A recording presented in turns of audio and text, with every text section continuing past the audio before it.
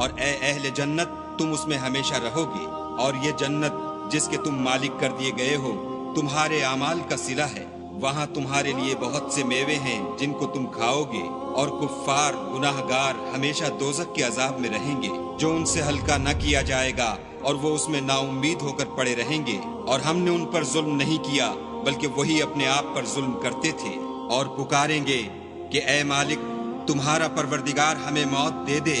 وہ کہے گا کہ تم ہمیشہ اسی حالت میں رہو گے، ہم تمہارے پاس حق لے کر پہنچے لیکن تم میں سے اکثر حق سے ناخوش ہوتے رہے، کیا انہوں نے کوئی بات ٹھہرا رکھی ہے تو ہم بھی کچھ ٹھہرانے والے ہیں، کیا یہ لوگ یہ خیال کرتے ہیں کہ ہم ان کی پوشیدہ باتوں اور سرگوشیوں کو سنتے نہیں؟